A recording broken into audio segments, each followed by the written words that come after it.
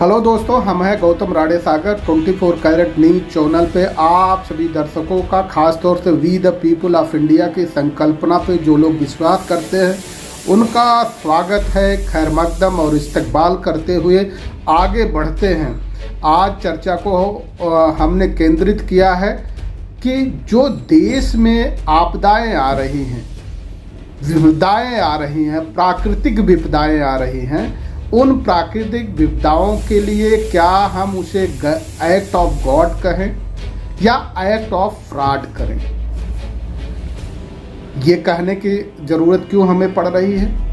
क्या हम नास्तिक व्यक्ति हैं या कुछ लोगों का विरोध करना चाह रहे हैं?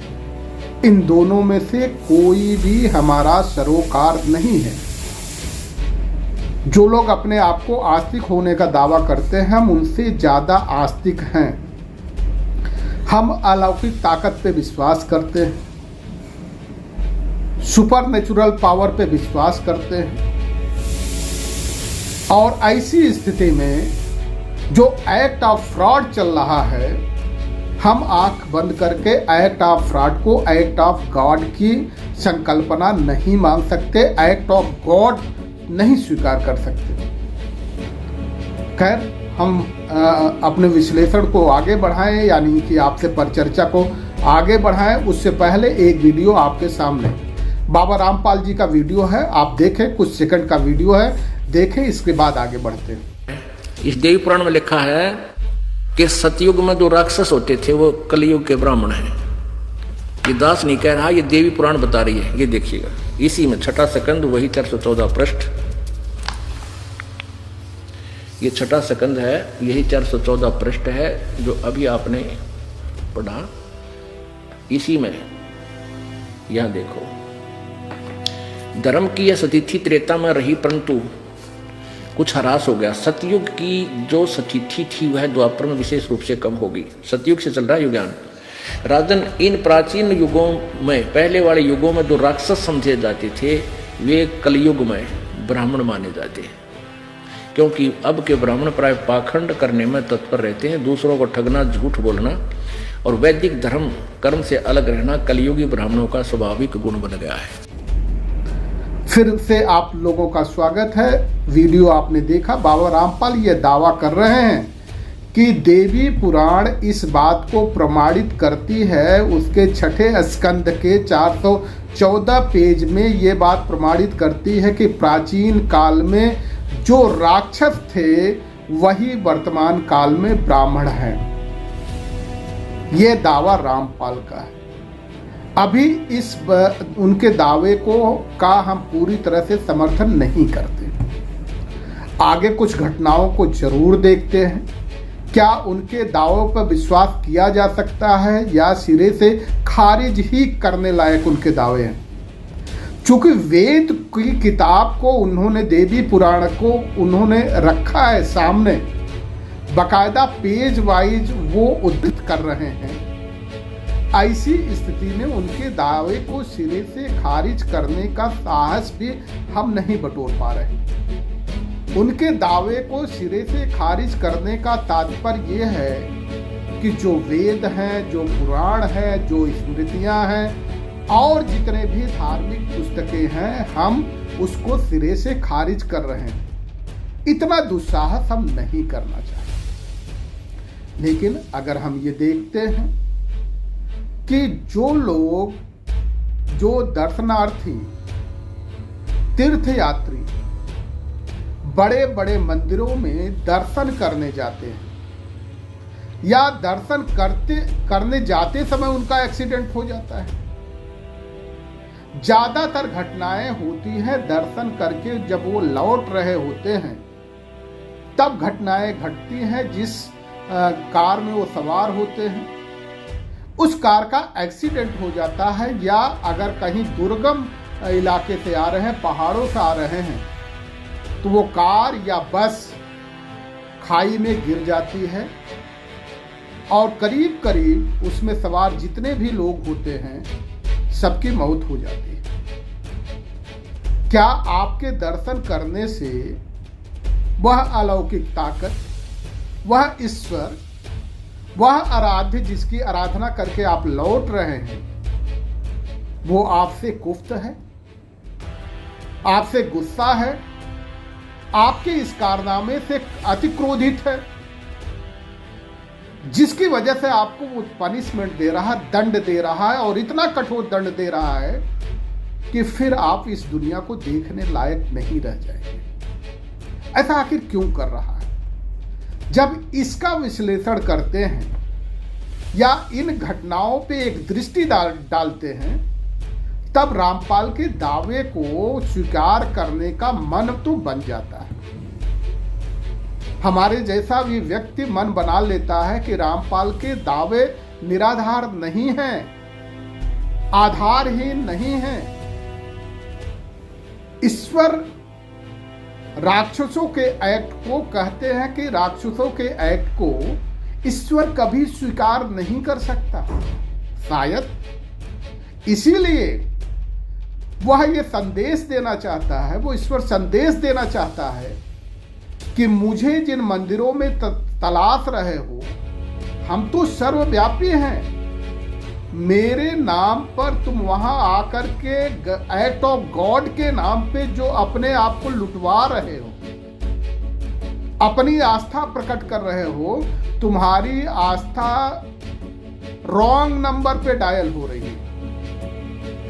और रॉन्ग नंबर पे डायल होने का मकसद ये है कि जिनके सामने तुम डायल कर रहे हो वह लोग इस लायक नहीं है कि हम उनको अपने खासम खास लोगों में रख सके। उनके अंदर कहीं न कहीं राक्षस का भाव छिपा है, और इसीलिए ईश्वर शायद यह सजा दे करके बाकी लोगों को मैसेज देना चाहता है, संदेश देना चाहता है कि हमें तुम इतना छोटा करने की गलती मत करो। हम सर्वव्यापी हैं, हम दाता हैं, सर्वग्राही हैं, हमें इतना छोटा मत करो, मंदिरों में तलाशने की गलती मत करो।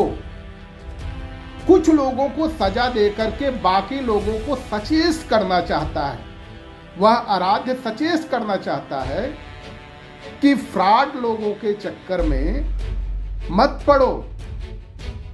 शायद इसी बात का संदेश बाबा रामपाल देना चाह रहे थे, क्योंकि जब नंबर ही रॉन्ग नंबर डायल हो रहा है तो उस जिस आराध्य की तमन्ना में आप वहां गए हैं वो आराध्य तो नहीं मिला।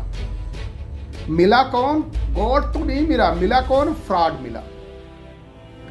इसलिए ईश्वर ने आपको दंडित किया ताकि कुछ लोगों को दंडित करके बहुत बड़े समाज को बचाया जा सके, फ्रॉड से बचने के लिए बचाया जा सके। कुछ घटनाओं का यहां उल्लेख करना जरूरी होगा कि मंदिरों का आजकल कुछ इस तरह के लोग मंदिरों का निर्माण दुर्गम स्थानों पे करते हैं ताकि आने जाने का कोई भी आसान साधन न मिल सके।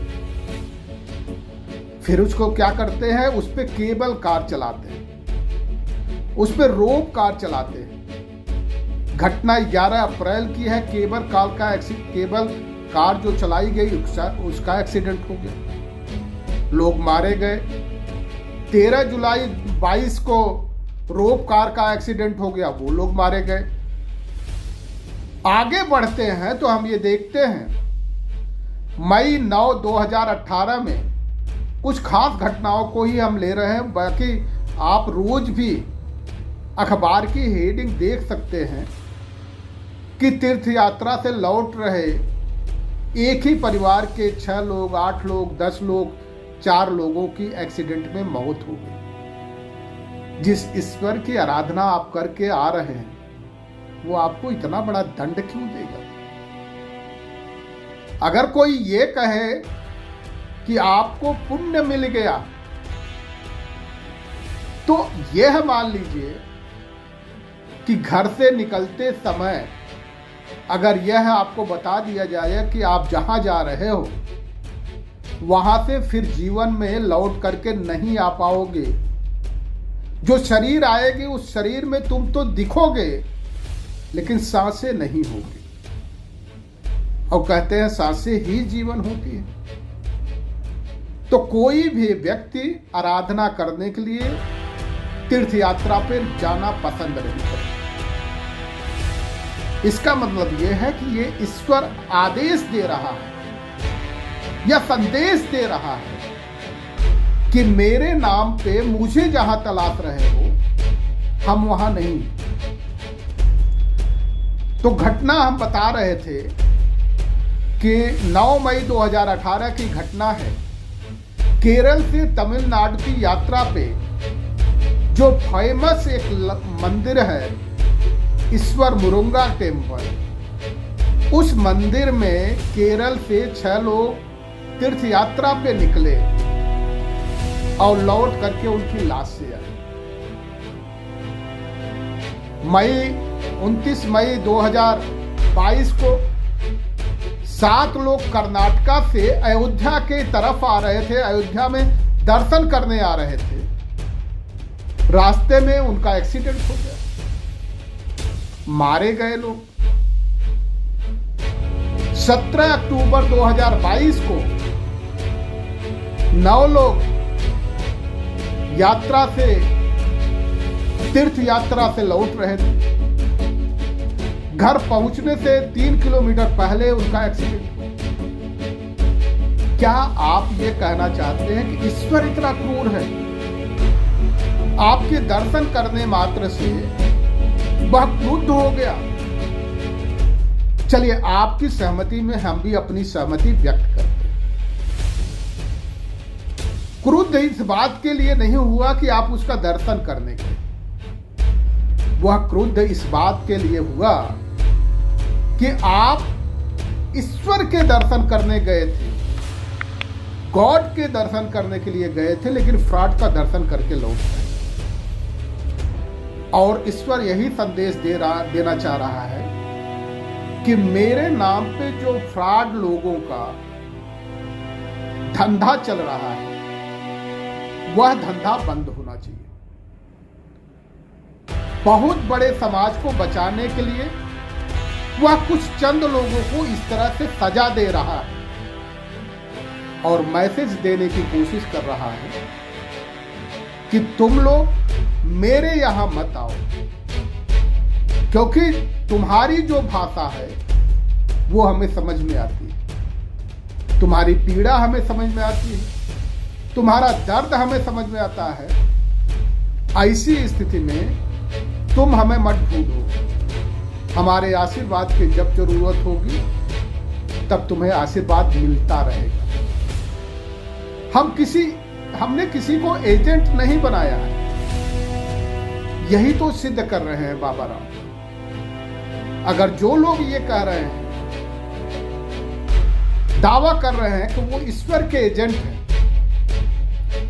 ईश्वर तक आपका संदेश पहुंचाते हैं, बाबा रामपाल यही तो कह रहे हैं कि चूंकि जो प्राचीनतम समय में, प्राचीन काल में जो राक्षस थे वही आजकल ब्राह्मण है, इसलिए रॉन्ग नंबर डायल हो जाए। क्योंकि ईश्वर तो कभी राक्षसों को अपने करीब फटकने भी नहीं देगा, अपने करीब आने भी नहीं देगा। और ऐसे लोग अगर ये दावा करते हैं कि उनके नाम पे काम कर रहे हैं, उनके एजेंट के रूप में काम कर रहे हैं, और ये बताने की कोशिश करते हैं कि जनसाधारण आत्मा है, ऊपर बैठा हुआ परमात्मा है और हम महात्मा हैं, आत्मा की आवाज को परमात्मा तक हम पहुंचाते हैं। क्या ईश्वर बहरा है या कुछ लोगों को इतना संदेश दिया है कि उन्हीं की बात पहुंचेगी? अगर कोई अलौकिक ताकत है तो उसे संस्कृत में ही क्यों प्रार्थना चाहिए? ईश्वर भी पूछना चाहते हैं कि क्या हमें भाषा का ज्ञान नहीं? क्या हमें भौगोलिक स्थिति का ज्ञान नहीं? वो कंदराओं में जाकर के क्यों बैठेगा? गुफाओं में जाकर के क्यों बैठेगा? वो यह संदेश देना चाह रहा है। आज तो तीर्थ यात्रा से लौट रहे तीर्थयात्रियों की जो दुखद मृत्यु होती है उससे हम भी आहत होते हैं। अभी आपने मोरबी में देखा किस तरह से जो झूलता हुआ पुल था, वो झूलता हुआ पुल ध्वस्त हो गया, गिर गया। खैर, ये अलग विषय है, उस पर भी चर्चा करेंगे। लेकिन इतना संदेश हम जरूर देना चाहते हैं कि मोरबी की घटना का हत्यारा इलेक्शन कमीशन ऑफ इंडिया है, केंद्रीय चुनाव आयोग है मोरबी की घटना का हत्यारा। अगर वो हिमाचल प्रदेश के चुनाव के साथ ही गुजरात चुनाव का भी अनाउंसमेंट कर देता, उद्घोषणा कर देता, तो शायद मोरबी में जाने वाले लोगों की जानें बच जाती। इस पे विस्तार से बात करेंगे। आज कुछ घटनाओं को हम छोड़ के गए हैं, फिर और घटनाओं पे लाएंगे कि लातूर में घटना कैसे हुई, उड़ीसा में सुपर साइक्लोन कैसे आया, उत्तरकाशी में बाढ़ की विभीषिका में कैसे लोग मरे, उस पर भी चर्चा करेंगे। आज के लिए बस इतना ही। सभी जो भारत के लोग हैं और उनकी मान्यताएं अलग अलग हैं, अभिवादन करने के तरीके भी अलग अलग हैं। सभी को उन अभिवादन के तरीके से हम अभिवादन करते हैं। जय भीम, जय भारत, नमो बुद्धाय, शब्बा खैर, सत श्री अकाल, जय जोहार।